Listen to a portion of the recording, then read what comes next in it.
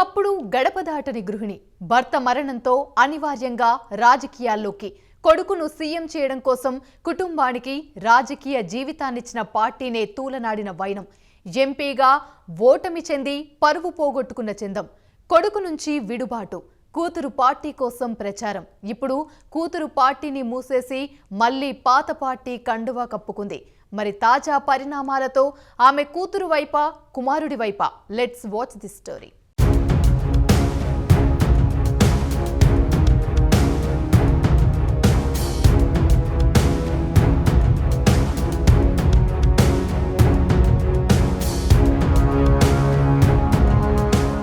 తెలంగాణ మాజీ ముఖ్యమంత్రి కల్వకుంట్ల చంద్రశేఖరరావుకి ఇటీవల అనారోగ్యం సంభవించింది.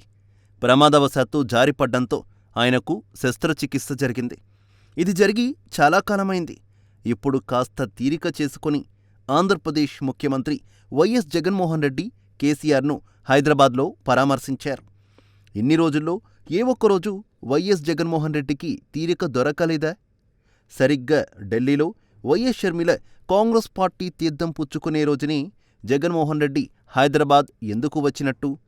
దాదాపు 2 ఏళ్ల తర్వాత హైదరాబాద్లోని లోటస్ పాండ్లో ఉన్న తన తల్లి విజయమ్మను ఎందుకు కలిసినట్టు? తెలుగునాట రాజకీయాల్లో ఇప్పుడు ఈ విషయం హాట్ టాపిక్గా మారింది. తెలంగాణ అసెంబ్లీ ఎన్నికల్లో కేసీఆర్ నేతృత్వంలోని బీఆర్ఎస్ సంపూర్ణ సహకారాలు పరోక్షంగా అందించింది వైఎస్ఆర్ కాంగ్రెస్ పార్టీ. వైసీపీ శ్రేణులు సోషల్ మీడియా వేదికగా బీఆర్ఎస్ పార్టీ కోసం పనిచేసిన విషయం అందరికీ తెలిసిందే. గ్రౌండ్ లెవెల్లో అయితే బీఆర్ఎస్ పార్టీ జెండాల్ని పట్టుకొని తిరిగారు వైసీపీ సానుభూతిపరులు.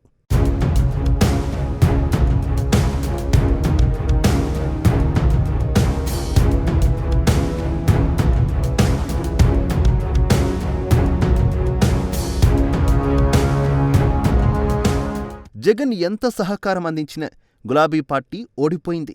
అలా ఓడిపోయిన గులాబీ పార్టీకి జగన్ నుంచి పరామర్శ ఇన్నాళ్లకు జరిగిందని, దీని వెనుక మతలబు ఏంటని సోషల్ మీడియాలో బాగా ప్రచారం జరుగుతోంది.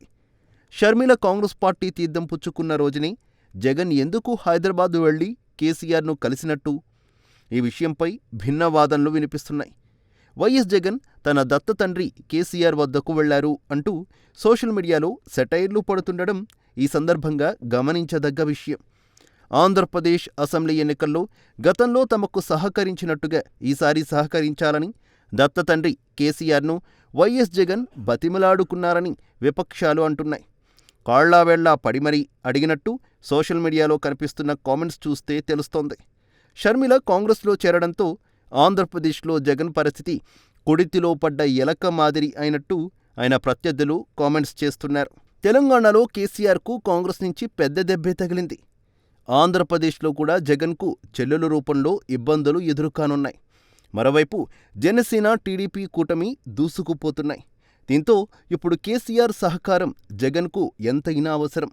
కానీ తెలంగాణలో ఓడిపోవడంతో కేసీఆర్ సైతం ఢీలా పడిపోయారు.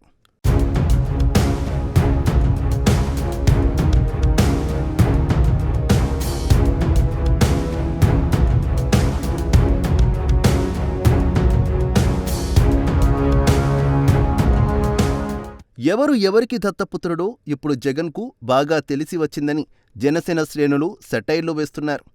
చెల్లెలు కాంగ్రెస్లో చేరడంతో తనకు చాలా ఇబ్బందిగా మారనుందని తల్లి వద్ద జగన్ వాపోయినట్టు తెలుస్తోంది.